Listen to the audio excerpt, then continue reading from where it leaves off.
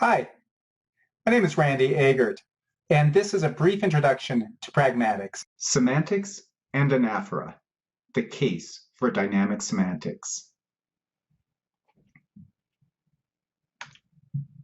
So we're going to start by looking at anaphora in some simple cases and see how we can deal with them semantically and maybe a little bit syntactically too. So we'll start with a simple sentence, compound sentence. A man arrived and he sat down.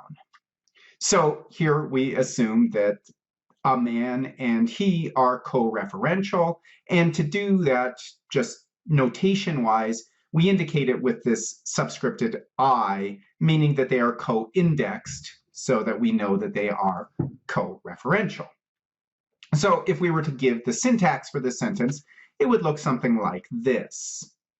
So we've got two sentences combined together with a conjunction, and the first sentence is a man arrived, the second one is he sat down, and we co-index these two noun phrases. All right, simple enough in terms of the syntax. This is a clearly simplified syntax. There's some argument to be made, for example, that the conjunction actually forms a constituent with the second sentence. We won't get into that. Now, if we wanted to analyze this in terms of semantics, though, we'll get something more like this. So just a little explanation. Prop, of course, stands for proposition. QP for quantifier phrase. Conj for conjunction, of course. Pred for predicate. Arg for argument. Here we've got some nice, simple one-place predicates. That is, they have one argument each. Notice there's a couple of big differences between the syntax and the semantics. One is that we have this extra quantifier phrase that's pulled out of this conjoined proposition. Also notice that in the semantics, we're going to assume the conjunction combines here at the beginning. The reason for this is, unlike a predicate, a conjunction is an n-place operator. That is, that it can conjoin any number of propositions. So it's not limited to just two. In the syntax, we were kind of assuming something where there's this just two sentences rather that can get conjoined. In semantics, there doesn't seem to be any reason to assume that. It seems that we can conjoin any number of propositions with a single and.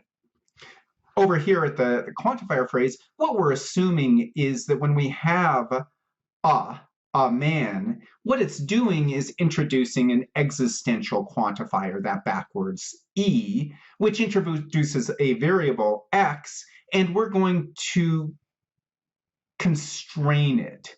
We're going to have then this restriction that we restrict our quantifier for just man, right? So it's a man, it's a member of that larger set of men.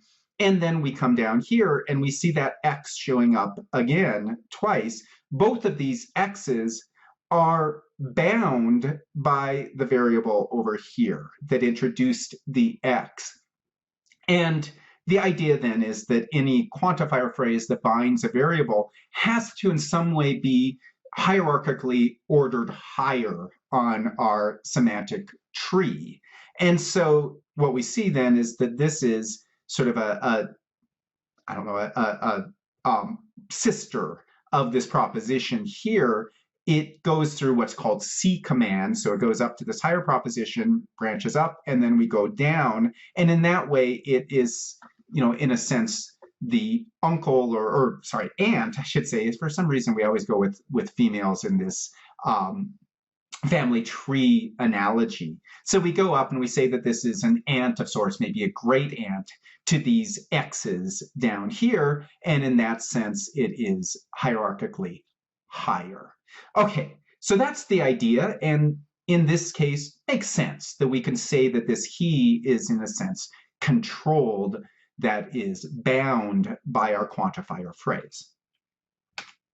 But wait, we can also get it in cases like this. So this it also seems to be going back to a donut earlier in the sentence. And she, likewise, is going back to Patty earlier in the sentence. So these are the antecedents for it.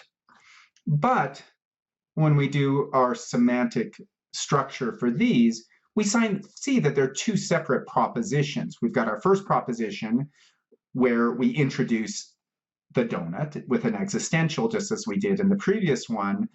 So when you see an that's a trigger of an existential in the semantics. So we introduce our donut, and then Patty is considered a constant. So we can just put Patty straight into our semantic tree. Don't need to introduce her. She's already part of our sort of what's called our universe of discourse. Okay, so we've got now a two-place predicate, bought, which requires two arguments, Patty, and that X that's bound by the quantifier phrase over here that introduced the donut in the first place. So we've got a donut, Patty bought a donut. But now we've got a brand new proposition. And notice that this quantifier phrase can't bind either one of these because it's not related, right? It's not in any sense hierarchically higher because they're two separate propositions. You can't use that C command to get to it. All right, so that's a problem. Now, maybe you could argue that in that case, what you've got is some sort of and that's covert, right? A covert and that conjoins them. Might be able to make that argument. It's a little bit dicey, but okay, you might be able to make that argument. Although it still doesn't explain how she comes in. So we certainly can't say that all anaphora are going to be bound because there's no quantifier that's introducing this variable here for she. All right, so that's a problem. But a bigger problem from a semantic point of view is that this X and this Y are called unbound variables. So they're variables, they're not representing constants like Patty does. They're variables. And one of the premises of quantifier logic is that all variables have to be bound. So that's already a violation. And logicians freak out when they see unbound variables because it's kind of like, in a logical sense, it's like dividing by zero, right? It just doesn't make sense. You know, how are you going to get these variables if they're not bound by anything? And the proposition that contains unbound variables is called an open proposition. So an open proposition is one that has variables that are unbound, and unbound variables means that the proposition cannot have a truth value. There's no truth value for an open proposition. And that's a problem because propositions by definition are supposed to have a truth value. Okay, so this is a problem for any sort of quantifier logic theory. But wait some more. Okay, so now we've got every girl bought a donut. And we suggested that maybe we could solve these with a covert and. Well, that doesn't work in this case, right? Because now, instead of an existential quantifier, we've got a universal quantifier, every, plus an existential, a donut. But notice now, she ate it doesn't work like it did in our previous example, right? So with just Patty, the constant, and the existential donut, then we could get she ate it. But the she can't be constrained by every girl in this sentence, and it can't, or bound rather, can't be bound by the existential, and the it can't be bound by a donut, right? It just doesn't sound right to us. She ate it cannot be interpreted in that way. Again, let's look at what would be our proposed tree. And again, what we're going to get is a universal down here. So we've got a quantifier phrase. And now we've got that X down here bound by girl. So there's every girl, rather. And then we've got the existential Y bound here with this quantifier phrase introducing the donut, so restricted quantification again. Now, in this case, the idea is, imagine that our universe of discourse contains a set of girls. For our purposes, let's say that we have 10 girls. And we would just go through then one by one and test this proposition to see if every girl in our set bought a donut. So for each girl, there's going to be a donut. And it's not the same donut, right? Presumably, they each bought a different donut. So this existential is in somehow constrained by this universal, right? So this existential donut is introduced each time differently depending on which girl you're looking at. So you've got your universe of discourse again, you have a set of donuts, you have a set of girls, and presumably for each girl, there's going to be a different donut that she bought. Okay, so hopefully that's clear. But again, we've got a separate proposition here, she ate it, which just doesn't make any sense. And so again, we've got these unbound variables and an open proposition, just like we did in the previous one. But this time, our proposition just doesn't make any sense. So in the previous one, she ate it made sense to us, but we couldn't explain it semantically.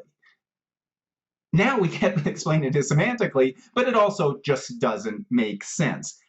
However, wait yet some more.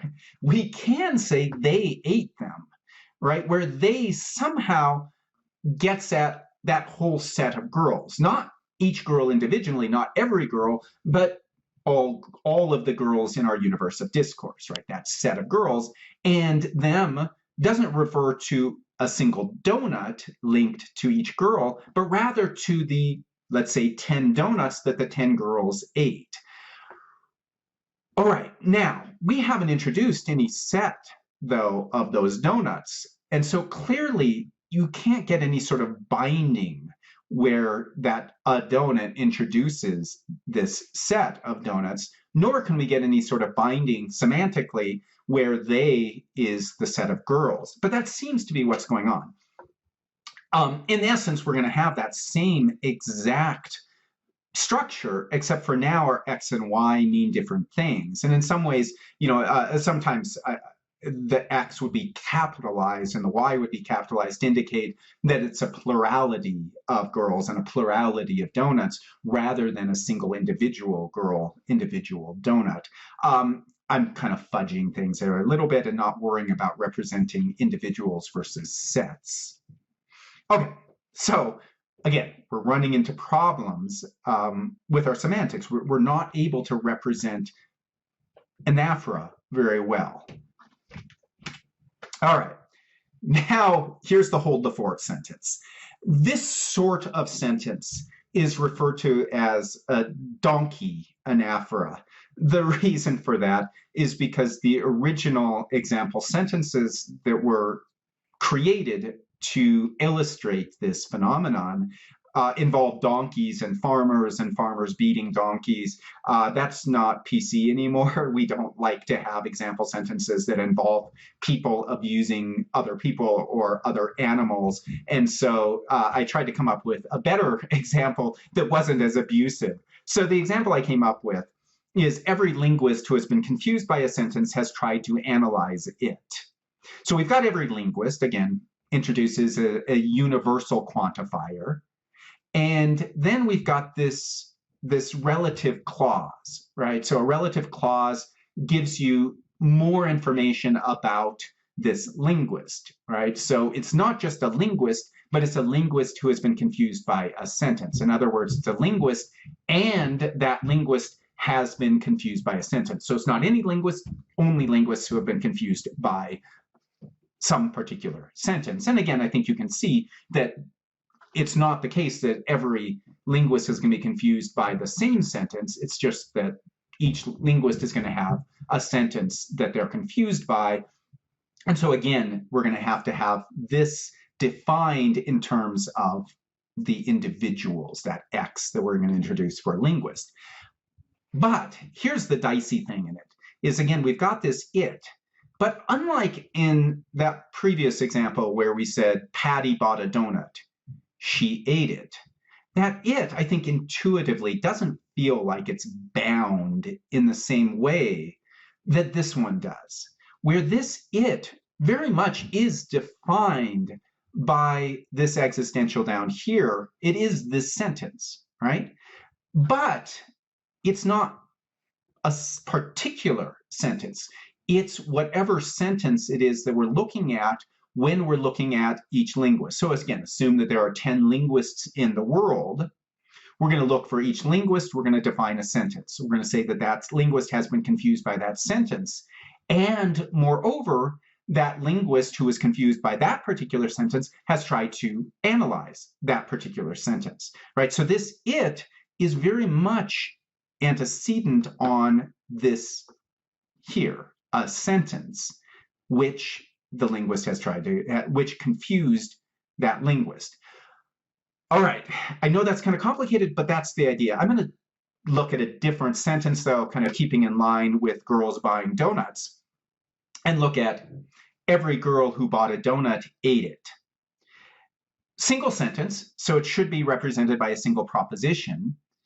We've got our universal quantifier, so in this quantifier phrase here, which introduces x, so every x.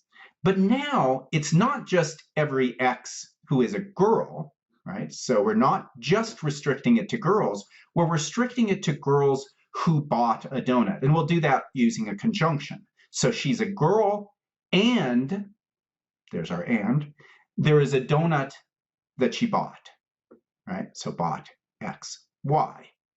Okay, so this y here is bound by this quantifier phrase here. This x is bound by this quantifier phrase here.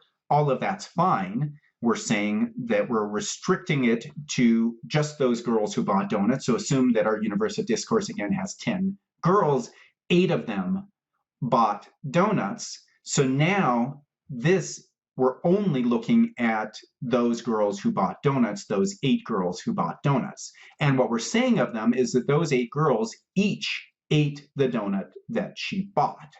Okay, now look down here though, we've got our x, and that's fine. That's bound by this x here, this quantifier phrase, and notice that we are in a C command position here. It's an and, so that we can go up from that x and then go over here and we see that it's hierarchically higher. But this y can't be bound by this quantifier phrase here. The reason is because they're not hierarchically higher, right? The idea is we can't trace upwards and then immediately down to find that it's an and. It's down here more in the cousin territory, all right? And cousins aren't dominant. So you can't bind, cousins can't bind other cousins. That's the idea. So in that way, this y isn't binding it. So this is, again, an unbound variable. And that should be a problem for us in our semantics. But natural language, it's no problem to us. We're perfectly good at processing a sentence like this. So again, we've got our unbound variable. So in sum, standard quantifier logic can't fully account for natural language anaphora. We need a dynamic semantics such as discourse representation theory to explain it. All right, so this video is just setting up another video where I'm going to introduce discourse representation theory.